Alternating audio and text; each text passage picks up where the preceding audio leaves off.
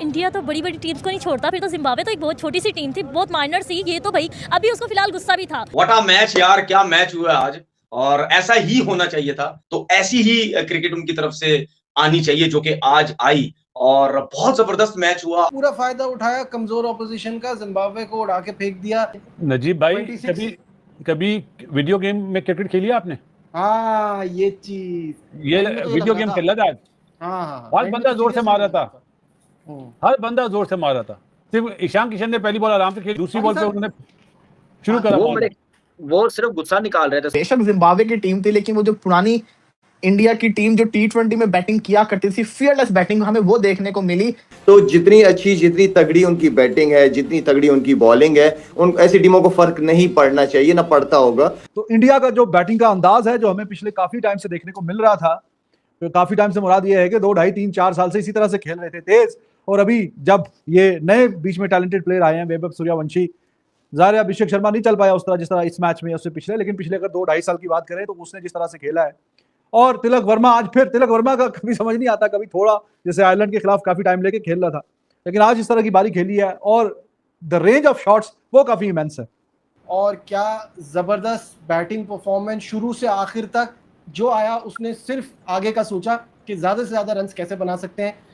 मेरे हिसाब से बैड डिसीजन था सिकंदर रजा का, जो उसने टॉस जीत के पहले बॉलिंग करी। 100%। इंडिया ने जिस तरह में बैटिंग करी है, इंडिया ने जिस तरह नहीं कि वो बैटिंग करके जीत जाते, लेकिन ये अपने पैर पे कुल्हाड़ी मारने वाली बात है ना। सूर्यवंशी बहुत अच्छा खेले, I think he is a outstanding talent, और इतना कंसिस्टेंटली इतने स्ट्राइक रेट पे रन्स करना जो है वो वाकई एक क्या लेके इट्स इनक्रेडिबल, बहुत शानदार है। और जाहिर है अभी तो वो at a very young age जितना वो ग्रो करेगा तो वो भी एक टैक्टिक सीख लेगा, वो भी उसको भी पता लग जाएगा कि मैंने इस गेंद को हर दफा नहीं मारना, कब गिरा देना है, कब मार देना है। अभी तो उसका एक ऐसा पीरियड है ना, सारे कह रहे हैं कुछ ना को जाने दो जिस तरह का है, और ये सही अप्रोच है, this is the right approach. आज जहां पर एक और मर्तबा बेचारी जिम्बाब्वे जैसी टीम जो कि अपना कमबैक करने के लिए खेल रही थी, उनको ये सीरीज बराबर करनी थी ताकि तीसरे मैच के लिए थोड़ा सा मामला अच्छा हो जाए और दोनों टीमें जो है वो तीसरे मैच के लिए एक्साइटेड हों। लेकिन ईशान किशन जो कि बहुत ही ज्यादा बदतमीजी पे उतारा, जो कि सीधी सी बात है भाई, उसने बेचारे ने मार मार के भूता बना दिया। और सामने वाली टीम जो कि अपने आप को बहुत चपड़गल्लू समझ रही थी, उनकी अच्छी बात यह है कि उनके सीनियर्स के साथ उनके यंगस्टर्स भी जो हैं वो सीख रहे हैं उनसे, और अच्छा वो भी कर रहे हैं, परफॉर्म अच्छा कर रहे हैं। तो मेरा नहीं ख्याल कि उनकी टीम को इट्स ऑल अबाउट माइंडसेट। अब उनका माइंडसेट बहुत आगे चला गया, वो अब नीचे की टीमों के बारे में नहीं सोचते। उन्होंने अपने आप को इम्प्रूव इसी तरह की है कि उन्होंने अपनी सोच ही ऊपर रखी। जिम्बाब्वे को हल्के में ना ले, लेकिन जिम्बाब्वे जैसी टीम को इंडिया के सामने भाई बीगी बिल्ले की तरह जो है वो सामने उनको बनना पड़ा, और बल्कि एक लंगड़े शेर की तरह जो है वो भागना पड़ा। ना जिम्बाब्वे आज इंडिया की बैटिंग को रोक पाई और इंडिया के बॉल्स को खेल ही नहीं पाए। इंडिया की बॉलिंग की हम जितनी तारीफ कर ले उतनी ही कम है। तो बिल्कुल सही, देखिए चाहे पहले बारी भी ले लेते तो फार बेटर टीम थी इंडिया की, और उन्होंने स्ट्रांगली कमबैक करना ही करना था। ये गलती तो की है सिकंदर रजा ने।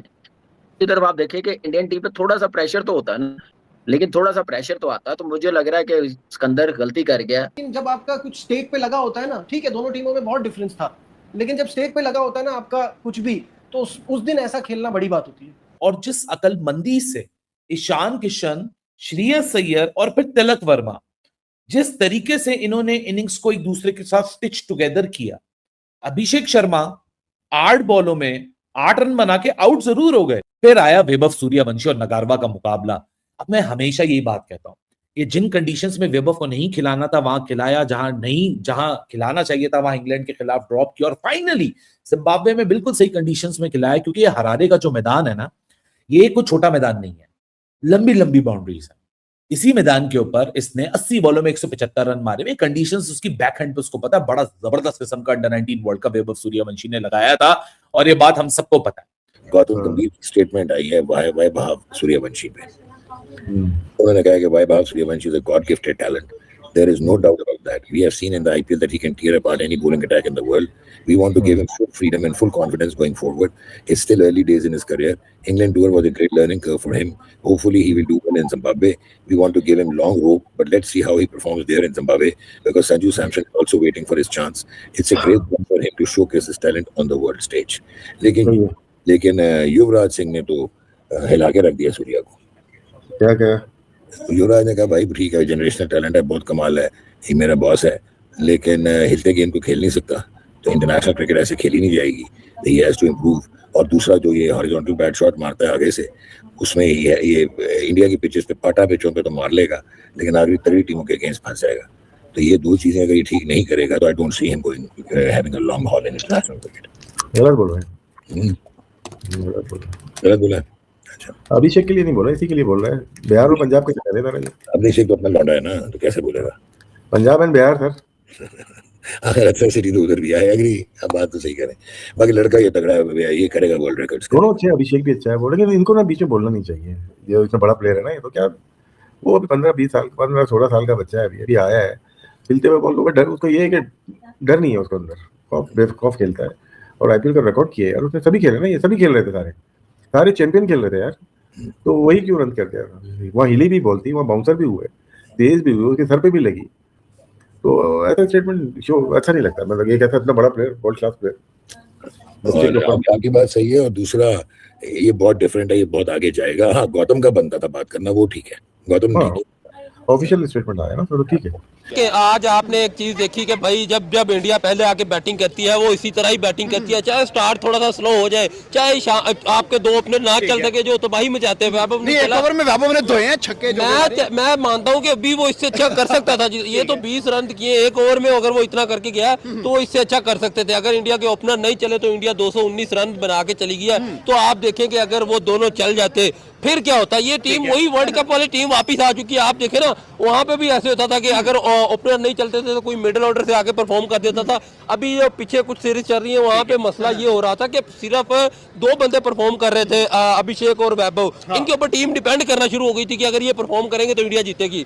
लेकिन अब ये वही टीम वापस आ चुकी है कि अगर ओपनर चले ना चले इंडिया को फर्क नहीं पड़ता। ईशान किशन भाई वही परफॉर्मेंस वापस आ चुकी है। जिस तरह 3-4 मैचेस में परफॉर्मेंस गई, लोगों ने बड़ी बातें की कि भाई ईशान ये नहीं कर सका, वो नहीं कर सका, कहाँ का प्लेयर है ये है। आज उसने 81 रन करके जिम्बाब्वे की जो बॉलिंग लाइनअप है उसको खत्म कर दिया। Because no matter what you teach at such a young age, और इवन 20 साल तक, 21-22 साल तक बैट्समैन की जो ये एज है ना, ये इतनी मैच्योरिटी की एज नहीं होती इन मोस्ट केसेस। यहाँ पे बैट्समैन जो है ना वो अपने टैलेंट पे खेल रहे होते हैं, या वो जो उनकी एक कह ले कॉम्पैक्टनेस नेचुरल होती है, कोई जो समझ आती है बैटिंग की मोस्ट लोगों को, वो 25-26 के बाद जाके जरा मैच्योर बैट्समैन होना चाहते हैं, और 30 के अबव जाके फिर उनको, अगर वो सही ट्रैक में है तो फिर उनको ऐसे पता होता है कि अब क्या होने लगा। इस तरह की आपको जो है ना एक्सपीरियंस गाइड करना शुरू कर देता है। That is where run scoring, that art of run scoring becomes easier for the batter, जिसने वो सारे प्रोसेसेस से जो गुजर गया होता है। सलूट करता हूं मैं लक्ष्मण को, जो आज जो बेसिक फर्क नजर आया वो लक्ष्मण का नजर आया। लक्ष्मण से मुराद ड्रेसिंग रूम का नजर आया। आज आप देखिए 2-3 चीजों की तरफ आपको तवज्जो दिलाता हूँ जी। बार बार इंडिया मैं आयरलैंड में तो मैं नहीं समझ सका था, लेकिन जिस वक्त आपको याद है इंग्लैंड में जिस वक्त हो रहे थे तो मैं बार बार कह रहा था कि ड्रेसिंग रूम डिस्टर्ब है, ड्रेसिंग रूम की बॉडी लैंग्वेज ठीक नहीं है, प्लेयर्स की बॉडी लैंग्वेज ठीक नहीं है। श्रेयस अय्यर की कप्तानी इतनी अच्छी आईपीएल में नजर आ रही थी, यहाँ बिल्कुल ब्लैंक नजर आ रहा है। तो दोस्तों ये रही आज की वीडियो। जैसा कि आज की वीडियो में आपने देखा, भारत ने दूसरे T20 मुकाबले में जिम्बाब्वे को 90 रन के बड़े अंतर से हराकर 3 मैचों की सीरीज में 2-0 की अजेय बढ़त बना ली है। अब टीम इंडिया की नज़र रविवार को होने वाले तीसरे और आखिरी T20 मैच में क्लीन स्वीप पर होगी। इस मुकाबले में भारत ने पहले बल्लेबाजी करते हुए विशाल स्कोर खड़ा किया, जिसके जवाब में जिम्बाब्वे की टीम भारतीय गेंदबाजों के सामने पूरी तरह बेबस नजर आई। डेब्यू कर रहे यश ठाकुर ने शानदार शुरुआत दिलाई, जबकि प्रिंस यादव ने सिर्फ 8 गेंदों के अंदर 2 विकेट लेकर मैच का रुख पूरी तरह भारत की ओर मोड़ दिया। हालांकि हैमस्ट्रिंग की चोट के कारण उन्हें मैदान छोड़ना पड़ा। इसके बाद अभिषेक शर्मा ने 3 विकेट लेकर जीत को और आसान बना दिया। पहले मैच के हीरो रहे युवा बल्लेबाज वैभव सूर्यवंशी ने इस सीरीज में अपनी शानदार फॉर्म जारी रखी। अब टीम इंडिया तीसरा मुकाबला जीतकर